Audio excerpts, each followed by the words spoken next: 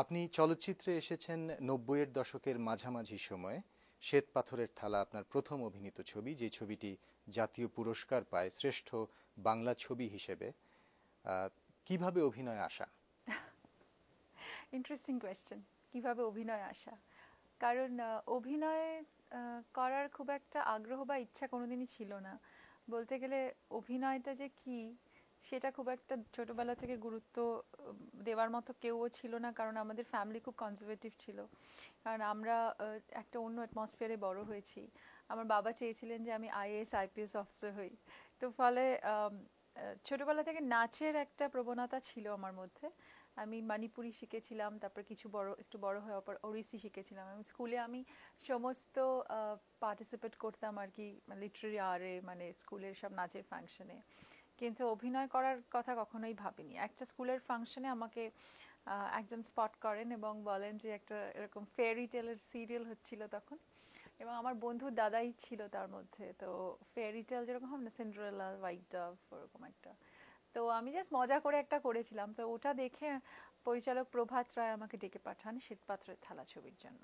বাংলা চলচ্চিত্র সেই ৩০-এর দশকে প্রমথেশ বড়ুয়া এবং দেবদাস, তারপরে ৪০, ৫০, ৬০, বাংলা চলচ্চিত্রের এই যে বিবর্তনের ধারা, আজকে এই ২১ শতকে এসে বাংলা চলচ্চিত্রের এই বিবর্তনকে আপনি কিভাবে দেখেন? বাংলা চলচ্চিত্রে কি ধরনের পরিবর্তন এসছে এবং কোন দিকে যাচ্ছে? দেখুন, বাংলা চলচ্চিত্র একটা বিশাল মানে ট্রান্সফরমেশনস আর চেঞ্জেসের মধ্যে দিয়ে গেছে। কারণ আমাদের যুগ পাল্টেছে, সোসাইটি বদলেছে, লাইফস্টাইল বদলেছে, তার সঙ্গে সঙ্গে উত্তরণ হতে হতে গেছে। একটা সময় এমন হয়েছিল যে খুব ভালো বাংলা ছবি তৈরি হচ্ছিল না, আবার ঠিক তার পর মুহূর্তেই এত ভালো বাংলা ছবি তৈরি হতে শুরু করলো, এখানে আমরাই অবাক হয়ে গেলাম যে এত ভালো পরিচালকরা কোথায় ছিলেন। তো আমার মনে হয় প্রত্যেক জায়গাতেই একটা ভীষণ ভাবে ভালো কাজের মানে ধারা আসে। তারপর হয়তো একটা সময় যায় যেখানে মানুষ একটু চিন্তা করে ভাবে যে কি কাজ করবে। কারণ সত্যজিৎ রায়ের যুগ বা আমাদের যারা মানে বিরাট পরিচালকরা ছিলেন, সলিল দত্ত, অগ্রদূত বা আমাদের অজয় কর, তাদের পরে মানে আমাদের ঋত্বিক ঘটক, মানে এদের পরে তারপরে বাংলা ছবিকে আবার আঁকড়ে ধরে এগোনো। কারণ তারা এমন কিছু সৃষ্টি করে গেছিলেন যেগুলো মানে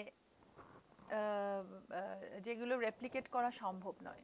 তাই জন্য আমাদের কিছু দিন ওয়েট করতে হয়েছে, যারা এখন আবার ভালো পরিচালকরা এগিয়ে এসেছেন কাজ করতে। এখন আমাদের বাংলাতে আমরা সমৃদ্ধ এত ভালো ভালো পরিচালকদের সঙ্গে কাজ করে। তো এই যে বিবর্তন এসছে সমাজের প্রত্যেকটা স্তরে বদলানোর সঙ্গে সঙ্গে, সেটা আমার মনে হয় খুব একটা পজিটিভ ইম্প্যাক্ট ফেলেছে আমাদের সোসাইটির উপর।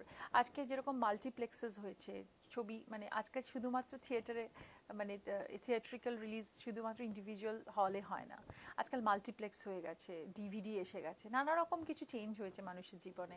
তো ফলে লাইফস্টাইল বদলানোর সঙ্গে সঙ্গে ছবির বক্তব্য, গল্পগুলোও বদলে গেছে। আপনি সম্প্রতি একটি ছবিতে অভিনয় করেছেন যেটির প্রিমিয়ার হয়েছে বিভিন্ন জায়গায়, তার মধ্যে যুক্তরাষ্ট্রেও হয়েছে। ছবিটির নাম পিয়ালির পাসওয়ার্ড। এবং আপনি যেটা বলছেন যে জীবনধারার পরিবর্তনের সাথে সাথে চলচ্চিত্রেও পরিবর্তন এসছে, চলচ্চিত্রও এগিয়েছে, টেকনিকের দিক থেকেও এগিয়েছে। পিয়ালির পাসওয়ার্ডেও আমরা সেটা দেখি যে এখানে শুধু বাংলা নয়, সংলাপ ইংরেজিতেও আছে। সুতরাং এবং যুক্তরাষ্ট্রের সম্পূর্ণ ধারণ করা হয়েছে ছবিটি। যদিও বাঙালিরাই অভিনয় করছেন, বাঙালিদেরই জীবন, কিন্তু তারপরেও এই যে ঘটনাটি, পিয়ালির পাসওয়ার্ডের মতো একটি ছবি হচ্ছে, এই ধরনের ছবি আপনার কাছে কেমন মনে হচ্ছে? দেখুন, পিয়ালির পাসওয়ার্ডটা অ্যাকসেপ্ট করার মুখ্য উদ্দেশ্য ছিল যে আমার মনে হয়েছে রাজ বাসু বাংলা ছবিকে একটা ইন্টারন্যাশনাল জায়গায় নিয়ে যাবার চেষ্টা করছেন। সেইটা আমার প্রধান কারণ লেগেছিল। এবং আমার চরিত্রটা ওয়াজ রিয়েলি নাইস, আর খুবই একটা ইমোশনাল দিক ছিল চরিত্রটার ভেতরে। শুধুমাত্র ইমোশনাল দিক ছিল না, একটা প্র্যাকটিক্যালিটিও ছিল পুরো ব্যাপারটার মধ্যে। যে এই যে কম্বিনেশন অফ প্র্যাকটিক্যালিটি অ্যান্ড ইমোশনের যেই জায়গাটা, সেটা খুব ইন্টারেস্টিংলি রাজ বার করার চেষ্টা করেছিল ছবিতে।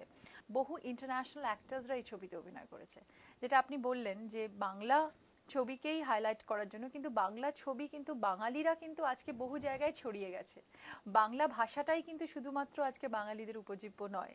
আজকে বাঙালিরাও কিন্তু অনেক ল্যাঙ্গুয়েজে কথা বলছে, তারা বিভিন্ন জায়গায় গিয়ে থাকছে এবং সেই কালচারের সঙ্গে কিভাবে অ্যাডাপ্ট করছে সেটা কিন্তু এই ছবির বক্তব্য ছিল। বাঙালিরা শুধু যে অ্যাডাপ্ট করছে তাই নয়, তাদের যে দ্বিতীয় প্রজন্ম তৃতীয় প্রজন্ম তারাও তারাও কিন্তু অ্যাডাপ্ট আজকাল করছে, অন্য অ্যাবসলিউটলি। ভাষায় কথা বলছে। তো বাংলা চলচ্চিত্রের পাশাপাশি আপনি হিন্দি চলচ্চিত্রে অভিনয় করেছেন, কিন্তু আমি আরেকটু এগিয়ে যেতে চাই, সেটি হচ্ছে ইংরেজি ছবিতে অভিনয়ের কোনো রকম ইচ্ছে বাসনা কি আপনার আছে কিনা, বা সেরকম কোনো চিন্তা ভাবনা? হ্যাঁ, নিশ্চয়ই আছে। তবে আমি জাস্ট একটা ইংরেজি ছবি কমপ্লিট করলাম আমোল পালেকরের। আপনারা জানেন নিশ্চয়ই, আমোল পালেকর খুব বিখ্যাত পরিচালক। ওনার একটা ছবি আমি জাস্ট কমপ্লিট করলাম, সিকিমে আমরা শ্যুট করলাম, আমি, রজত কাপুর আর অন্তরা মালি। তো ওটাও খুব একটা ইমোশনাল, একটা হিউম্যান একটা অ্যাসপেক্ট গল্পের ছিল। তো সেটা কমপ্লিট করলাম। তবে আপনি যেটা বলছেন quote on quote Hollywood English film, সেই ছবির অফার এখনো আমি পাইনি। তবে যদি কোনো দিন পাই, নিশ্চয়ই তার সদ্ব্যবহার করার চেষ্টা করব। একটু ভিন্ন প্রসঙ্গে আসি। আপনি বলছিলেন যে কোনো প্রাতিষ্ঠানিক অভিনয় শিক্ষা আপনার ছিল না যখন আপনি শুরু করেছেন, এবং তারপরেও আপনি আস্তে আস্তে শিখে নিয়েছেন, রপ্ত করে নিয়েছেন অভিনয় কৌশল। একটা চরিত্রকে যখন আপনি অ্যাপ্রোচ করেন, একটা চরিত্রের একটা সংলাপ, একটা স্ক্রিপ্ট যখন আপনি পড়েন এবং একটা চরিত্রকে যখন আপনি রূপ দেন, আপনি সেই চরিত্র চিত্রায়নের বিষয়টিকে কিভাবে অ্যাপ্রোচ করেন, কিভাবে মোকাবিলা করেন একজন অভিনেত্রী হিসেবে? আহ, আমার চরিত্রটা আমার পরিচালকের কাছ থেকে জানাটা খুব ইম্পর্ট্যান্ট, এবং একটা চরিত্রর মধ্যে তার ভয়েস কি হবে, তার চেহারা কীরম হবে, তার বডি ল্যাঙ্গুয়েজ কি হবে, সেটা কিছুটা অবজারভেশনের উপর ডিপেন্ড করে, এবং পরিচালক যেই মানে ছবিটা আমাকে দেন, আমি তার উপরই ওয়ার্কআউট করার চেষ্টা করি যে কোনো চরিত্র। অভিনয়ের বাইরেও আপনার একটা জীবন আছে।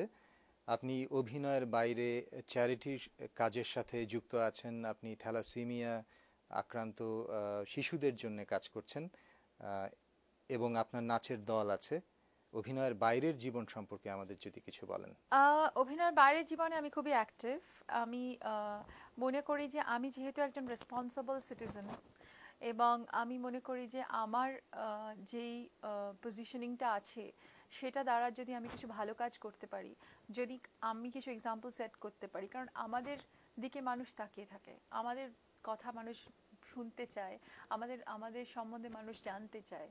তো আমাদের দ্বারা যদি মানুষকে কিছু পজিটিভ আমরা কমিউনিকেট করতে পারি, তার আউটকামটা যদি কিছু ভালো কিছু হয় সোসাইটির জন্য, আমি সেটার জন্য চেষ্টা করব ডেফিনেটলি। তাই জন্য আমি এই প্রয়াসগুলো নিয়েছি। ডেফিনেটলি থ্যালাসেমিয়া সোসাইটি অফ ইন্ডিয়ার সঙ্গে বহুদিন ধরে যুক্ত, কারণ আমি থ্যালাসেমিয়ার সেন্টারে যখন ভিজিট করেছি, দেখেছি বাচ্চারা কিভাবে কষ্ট পাচ্ছে, তাদের ওই ইনজেকশন দিয়ে দিয়ে তাদের ব্লাডের রাখতে হয় ঠিক মতো। তো সেই জন্য আমরা কিছু মুভমেন্ট করেছিলাম সেটা নিয়ে, যাতে তাদের জন্য ওই ডেসপারেল ইনজেকশনসগুলো আমরা কিনতে পারি।